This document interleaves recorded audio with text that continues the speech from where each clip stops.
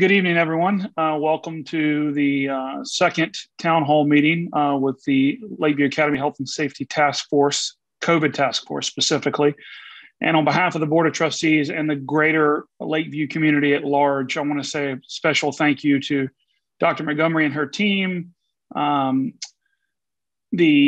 COVID Task Force, the administration, and everybody who's made us able to navigate a very challenging year. When you really take a step back and look at how Lakeview has navigated this, I think it's an understatement to say we've been best in class. The lower school has never closed, and the middle school and upper school only had limited online learning. So again, a special thank you. And when you look at the NGHS data that's coming out daily, hopefully the worst is behind us. But I do know that we want to remain vigilant, and that'll be a topic for tonight's call. So with that, I'll turn it over to Dr. Montgomery. Thanks very much, Jay. So welcome all of you, and I appreciate you spending some time with us this evening, just finding out a little bit more about the work that we've been doing as a task force, and also kind of the latest and where we are with our operations. The format, as you can see, is for those of you who are at the last task force meeting, is very similar. I'll do a little bit of a review of the task force work and where we are in terms of our kind of achievements for this year. Then the health and safety subgroup, Mo Devay and Jennifer Gottzman, are going to present some data from the local area and some other considerations. And then we'll turn it over to the whole group so you have an opportunity to ask questions.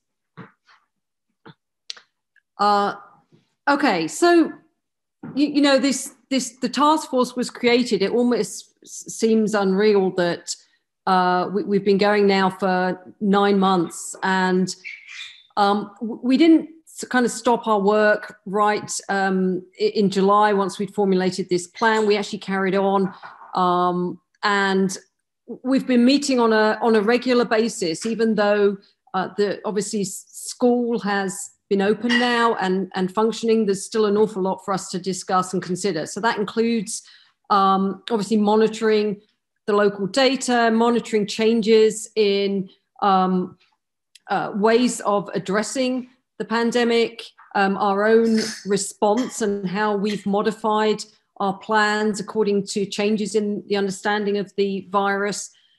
We've obviously met to review and revise protocols, particularly when it comes to athletics and other kind of large events that have needed oversight.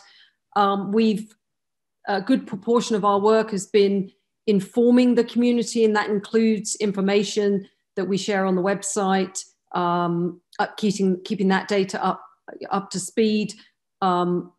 Scarlett Pendarvis, the school nurse, obviously has spent a great deal of time informing either individuals or groups about the status of quarantining, the changes in guidelines.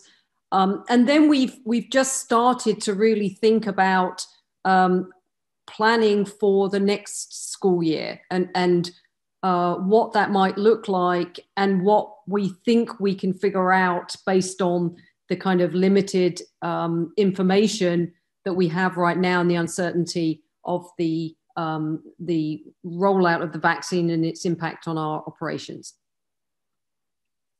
Now, I honestly believe, though, that you know, we wrote this plan last July, and obviously a plan's only as good as the paper it's written on. You have to implement it, and everybody has to kind of buy into the plan and fulfill it. So I'm so delighted that as a community, we can proudly say, as Jay said, that we have had 0 instructional days cancelled. In fact, the only 2 instructional days we cancelled was due to the hurricane, which is disappointing. When I took the job, I was told it would be sunny and 68 every day. So in terms of the days that we've had to turn to remote learning, again, I think it's very impressive. The upper school, we transitioned to 10 days of remote learning. That was a week before Christmas and the week after. And that was due to the number of cases that we had in the upper school and the difficulty of monitoring that vis-a-vis also involving the faculty. Middle school, again, the week after Christmas, we kept both the upper and the middle school out because we didn't have enough data at the time to feel that we could open for in-person instruction, but obviously we continued with instructional days remotely. And then the lower school, which is just tremendous, they've been in person every single day this school year. And again, this is not one person, this is the entire community coming together. This is every child being willing to wear a mask. This is every parent encouraging their children to wear a mask. This is the vigilance of the faculty, of the staff. This is a community effort, and I'm just amazed and proud that we have the data that we do. Now, in terms of, you know, what's been left out, you know, there were some things that we certainly had to cancel. We had to cancel Trip Week for, we're not alone. I think everybody on this call has probably cancelled a trip in the last year. So that's not a surprise. Fall Festival had to, because of the nature of the activities. Grandparents' Day, again, because of the nature of the activities. Athletic banquets, we modified. So we found alternatives to safe ways of kind of having some kind of eating experience, albeit in a kind of a different spread out form. Lower school after school clubs were cancelled because of the mixing of the grades. And then the other thing was the pause on the patio, which was a kind of a coffee moment that we could have with parents on a Friday morning. I do believe that's coming back though, so maybe I should take that off the slide. However, this is what we have been able to do. And I'm sure I've missed a ton of stuff there. And these are the big things. And yes, they've been in a modified form in some cases, but you know, we have, as much as possible, kept the school year as normal as we can, and managed to carry on with the traditions that are so important to the students. And so again, I'm grateful that the task force was able to, you know, work together and come up with creative ways of making these things possible, and that the community was able to, you know, accept the restrictions, albeit that it enabled these activities to continue on. And then in terms of our current data, there's a very impressive 0 there. We have no positive cases right now, 52 total cases since the start of the school year. And then you can see, this is as of today or half an hour ago, you can see how many cases were obviously in the upper school, and that would obviously follow with the quarantining and the reasons why the upper school in particular, we had to transition to remote learning for 10 days. Okay, I'm going to turn it over now to Dr. Dave and Dr. Gottzman, and they will weigh in with some data. Okay, thank you, Dr. Excuse me, thank you, Dr. Montgomery. Before we get started here, you know, Jennifer Gottzman and I get to speak on behalf of the Health and Safety Task Force, but really want to acknowledge the other members of the task force. So Sheetal Mangalat and Scarlett Pendarvis, you know, just have done an incredible job keeping the entire task force informed, and Scarlett especially doing the day-to-day operations and managing the communication to parents and to students. It's a very challenging job, and I think the entire task force is very grateful for her work, and I'm just thankful for to have the privilege of working with the entire team. So thank you guys all. Here is just some, I'm just going to go briefly here just to go over what's happening in our community. As we've said all along, our response at Lakeview isn't going to be based on what's happening necessarily at a hospital system or anything else. It's you know, we have a Lakeview specific solution, but obviously we have to look at what's happening around us, which helps us make determinations. So if you look at this here and you take a step back, you almost feel like you're at Six Flags looking at a roller coaster. But that's oftentimes how it's felt. You can see back in April at the left part of the screen, and then going to the right, which is current day data. The blue line is the number of tests that have been done that are actually positive. And you can see the times where we did have to transition the different schools to remote learning, were usually at these times of peak volume. The numbers have dropped precipitously since their peak back in January, about just over a month or so ago. So you can go to the next slide. Another question, and a lot of school systems have actually used local hospital capacity to drive some of their decisions. I mean, it was a factor, but it was, again, we were looking for a Lakeview specific solution. You can see again, the peak times, the purple or magenta color there is the COVID volume, and the teal number below that is possible COVID volume. But you can see those numbers have dropped significantly. And at the kind of the end, at the far right corner, you can see that there's now that white space is available hospital capacity just under the blue line. So that shows that we have ICU beds, we have hospital beds now to take care of all kinds of emergencies locally in the community. Go to the next slide. And then this is obviously state data. This is actually pulled from today as well, just showing the number of cases around. It's a heat map essentially. And you can see our community, while not at the lowest levels, has certainly lightened up from where we were as a national hotspot early on in the pandemic. And Jennifer, if you want to. Okay. This is data that one of my partners, Dr. Kathy Finch, collects, and kind of this is our rapid antigen data from our office that she has dutifully followed from the beginning. And you can see, you know, we much mirror the adult population, although not ever quite so high. When we had the surge back in late December, January, which probably reflected kind of Thanksgiving, Christmas, and the adult, what Mo was seeing in the ER was a 35% positivity. We got as high as 23%.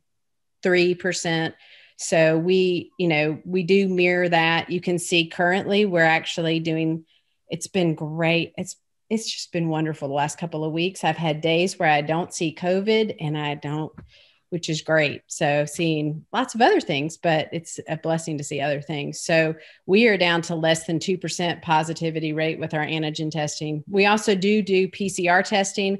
We've actually found the antigen testing is very accurate for the most part in kids. Our PCRs are not that different, with the exception of some of our older adolescents who were not necessarily very symptomatic. Occasionally we'd have a positive PCR when their antigen had been negative. As far as what we're seeing in kids, I mean, kids continue, obviously we're not seeing much of it right now, but still mild. CHOA did kind of alert pediatricians to kind of following the surge over Christmas. There is the multi-system inflammatory syndrome, MISC is what you'll see it called. And that usually follows. Some kids may have really mild or not even have symptoms with COVID, but can later present with fever, rash, irritability, require hospitalization for treatment. They can have some cardiac involvement, although most of them do fine with appropriate treatment in the hospital. And that kind of followed that surge. So in late January to mid-February, they have talked about, they have seen more of that. That has been a little bit increased from what we saw in the fall, but probably represents mostly surge numbers. There is a little thought that some of the newer variants may trigger that at a little higher rate as well. So, but that's what that data is right there. So we're very encouraged currently and thrilled to have our numbers as low as they are. So it's a nice respite for everybody. And this is just addresses another thing, one of the things that we've talked about, and I think in our initial town hall, I talked about the Academy of Pediatrics came out even in August, even when things were worse. most places, and said, if kids can be in school, that is ideal for them because it's important not only for their learning, but for their mental health. And certainly I would say, although I am seeing less COVID, I continue to see and feel like I practice a lot of psychiatry. We have a lot of kids that are struggling with the interruption in learning, certainly with shelter in place, but there's been a lot of increased technology time for kids kind of across the board. We've definitely seen, even younger kind of school age kids, and these numbers are very impressive and really sad. These are ED visits. So I would actually say that probably what we see in practice probably is at least this, if not more. But mental health related visits for children ages 5 to 11 increased 24% between kind of April to October, and 31% between 12 to 17-year-olds. So, one of the things that drives a lot of the decisions we try to make is we want to give kids school and the social, the peers, the learning, all of that as much as possible, because COVID is difficult for everybody. And certainly, even though the kids may not get that sick with it, they may be stressed with it. It does interrupt their social and I really challenged all of us this last year, and we're all tired on top of it. So, but we definitely are seeing this. We have, within our community, certainly we have lots of waiting lists for resources and just really trying to support families through this journey.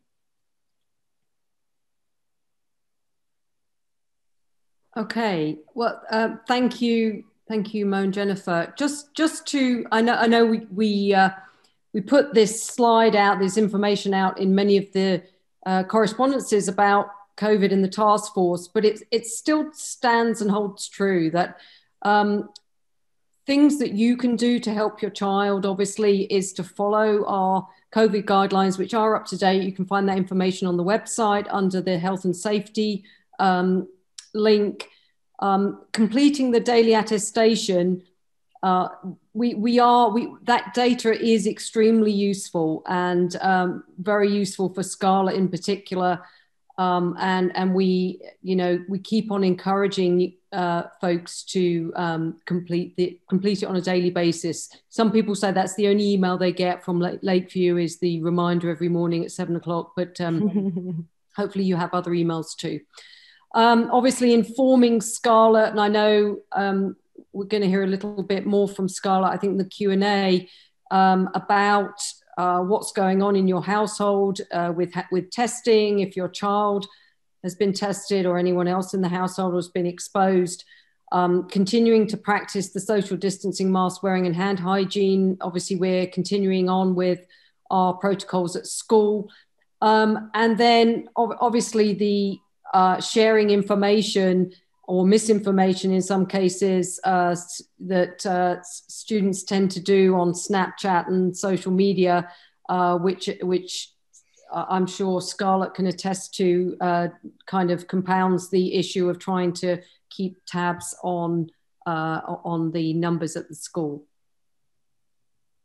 Okay, so I'm going to turn it over now to the Q&A portion of this, and the way that it will work is we have a Q&A button. You should all have access to it at the bottom panel or on the top panel if you're using an iPad. And if you just click and enter the question, and then the panel will answer. I'll read the question out, and then someone on the task force will respond. We did have a question submitted ahead of time, though, a multi-part question, and I'm just going to stop sharing the screen while I look up what's going on with the audience. But if a couple of you on the task force want to weigh in on these points, that would be great. Okay, so considering the higher transmission rate with new variants, certainly there are a couple of things. So COVID currently, we believe that someone that's infected with COVID kind of is immune to it for probably 90 days, but anybody, even this variant or some of the newer variants, in theory can get a second case. And I certainly have seen at least probably a dozen people with 2 cases of it in the pediatric practice that I do. So it does happen. As far as the infectivity, I mean, currently we know that some of those variants have been seen. It is predicted that the British variant will be the predominant variant by the end of summer in the States.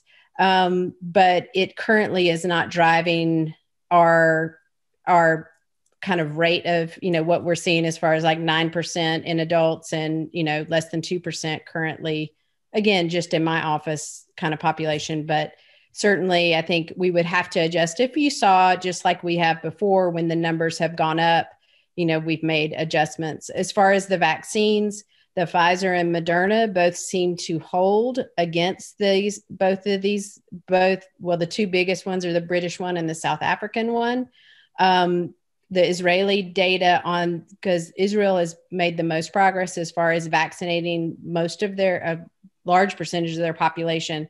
And they are actually finding that, the Pfizer and Moderna have like a 95%, I think 94%, whether it's the one I saw for preventing any disease, and almost less than, I think it's 0.0003% of severe disease. So very, that's very impressive data for both of those and very heartening. The AstraZeneca, which was the other vaccine, because it is not effective against the South African strain, is not being utilized in many places now, or not as many places. The J&J, which is the one shot that probably will be improved in the next week or so, is a more typical kind of traditional vaccine. It's an adenovirus, kind of is how they made it. That vaccine is a 1 dose, and it looks to be, somewhere between, it may not be as high in preventing any like milder disease of COVID. Some say 65 to 80%, but it is like 85 to 90% for severe disease. So that's also a positive and will be coming on to the scene. So the 3 vaccines currently, from the data that they have thus far, and they're obviously continuing to test it, but look like they do hold against current variants. And the mRNA vaccines will be easy to adjust in time. No one likes to think about it, but at some point we will probably adjust and have boosters in our future in time, and they'll adjust as variants continue, as we continue to have mutation, I would anticipate. Mo, do you have anything else to add? Sorry, let me unmute. No, just the Johnson & Johnson, we anticipate that will get approved probably this Friday. Mm-hmm. And then could actually doses could start being administered. A single dose is all that's needed as soon as this weekend. And as you said, I mean, the variant efficacy at this point appears to be solid. Mm-hmm.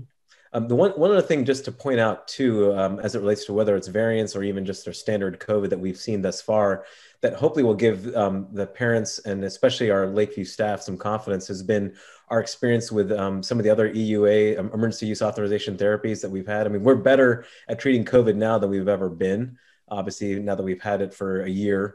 And in particular is a monoclonal antibody, which we have been able to give to patients before they get sick enough and require hospitalization. And for patients at Northeast Georgia that have had that, over 300 patients just in a month that we studied, there was only a 4% hospitalization rate. And this is for a patient population that has comorbidities.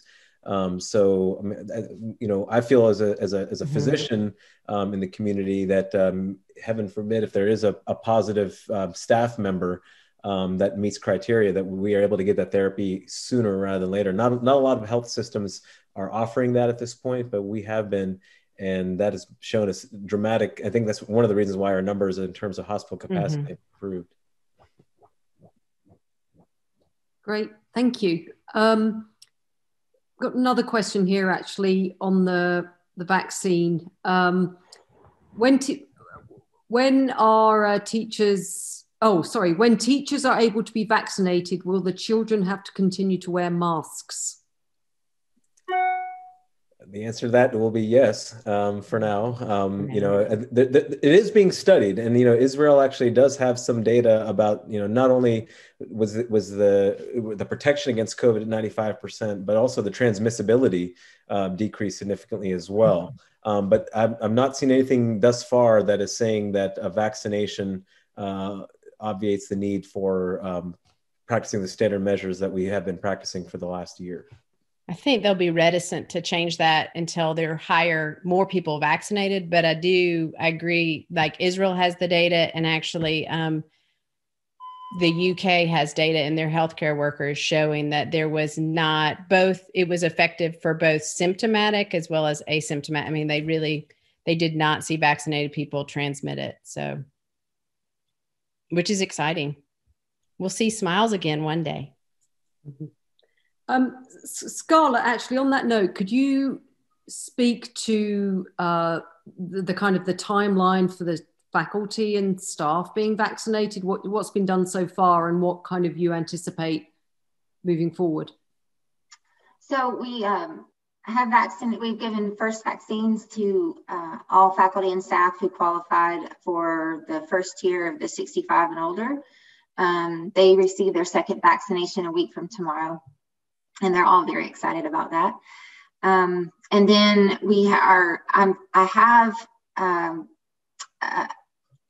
I'm working with the same guy that came and did those. The pharmacist will come as soon as we are able to move to that next tier. I did receive an email yesterday that kind of gave me some hope. It was from the nurse at the District 2 Public Health Office here in Gainesville at the Hall County Health Department.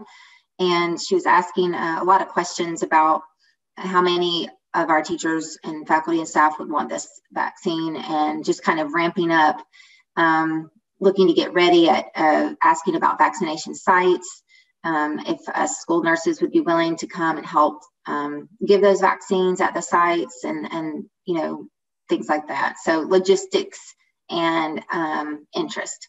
So I answered her questions. We did a SurveyMonkey survey of the faculty and staff way back in November, but I think even more have kind of gotten excited about the vaccine even since then.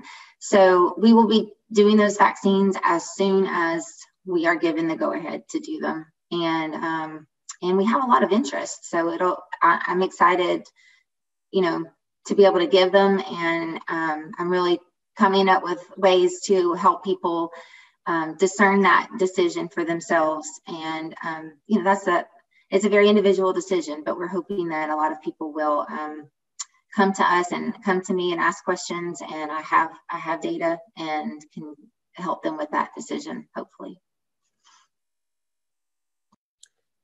Does anyone on the health and safety side of things have any information or thoughts about the vaccine in children?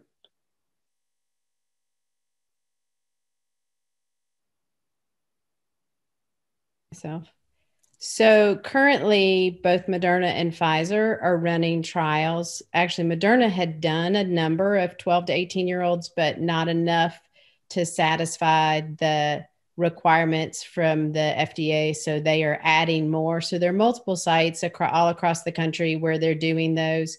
They're actually, I read today, and like MUSC and Charleston is actually enrolling young kids in mRNAs. I mean, like they were enrolling toddlers in an mRNA in that study too. So they are looking at that.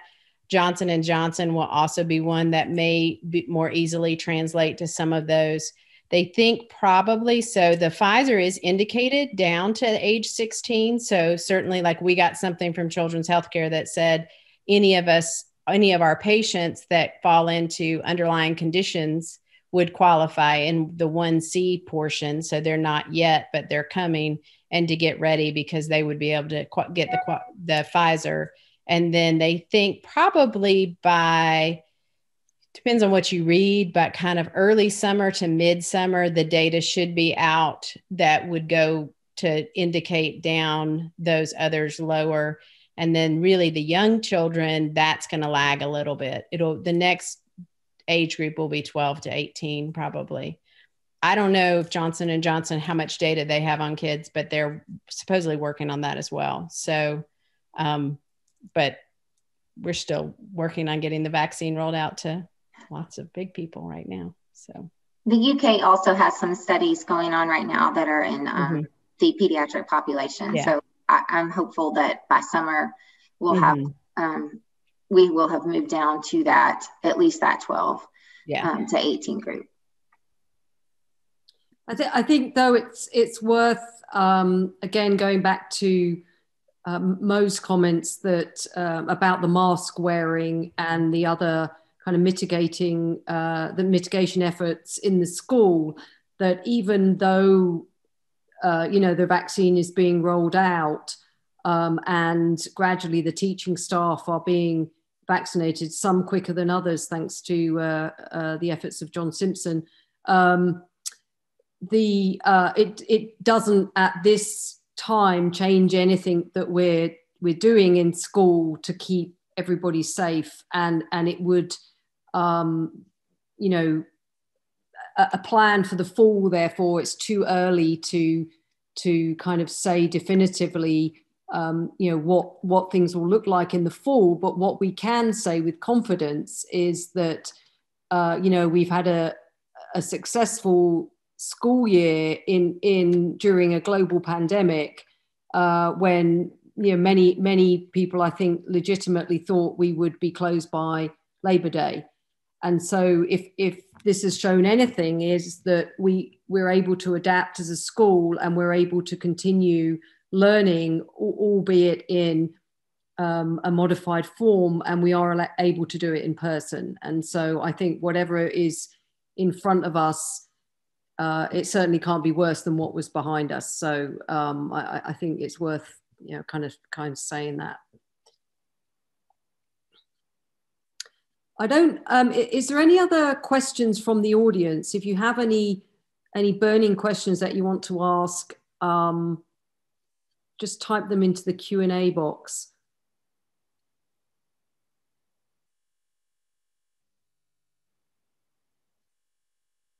Give it a minute.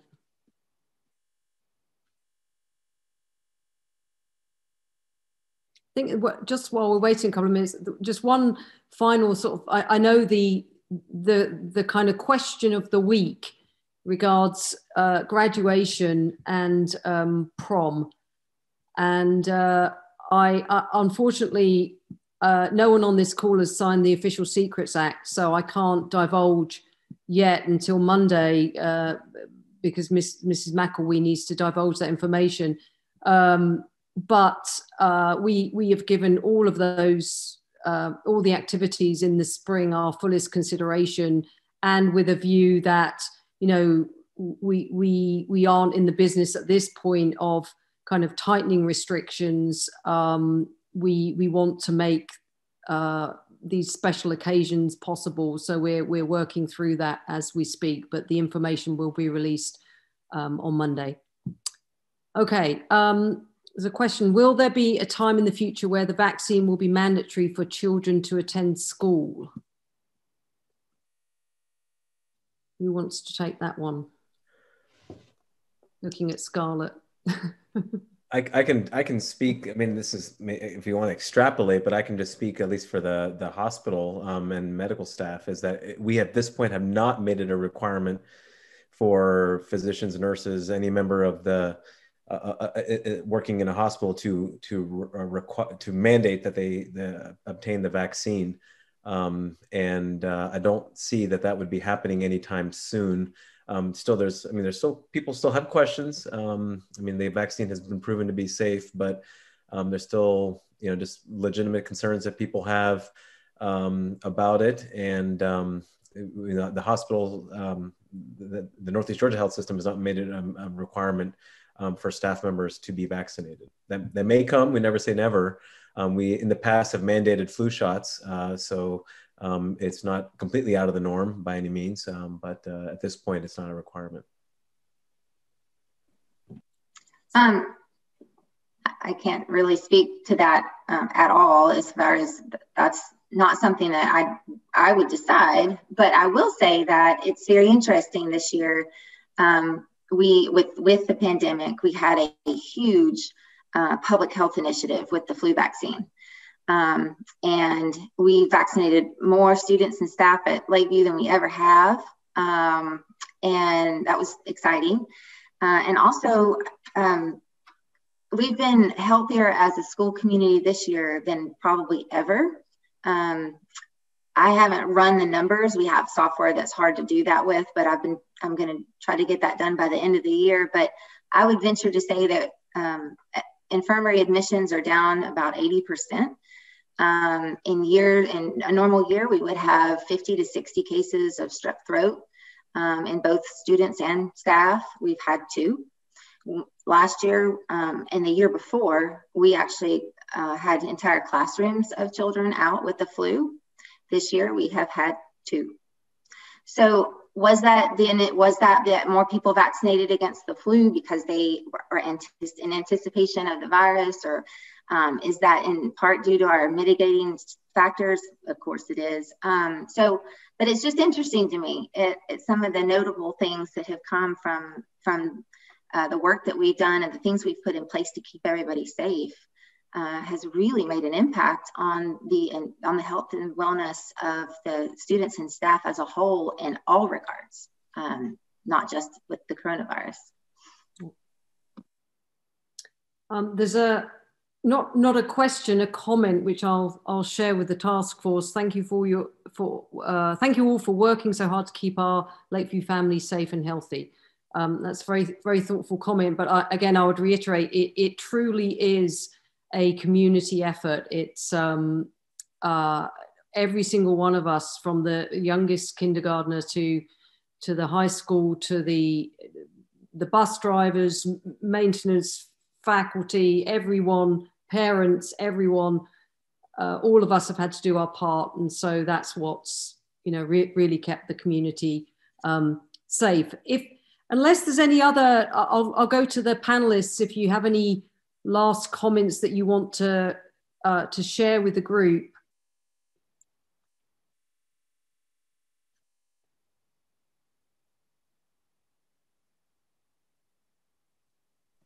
I'll go off of what Dr. Montgomery just said. I just want to thank you guys out there and your students for your cooperation, your understanding, your patience. Oh my goodness, the amount of patience that it's taken to get through this so far together.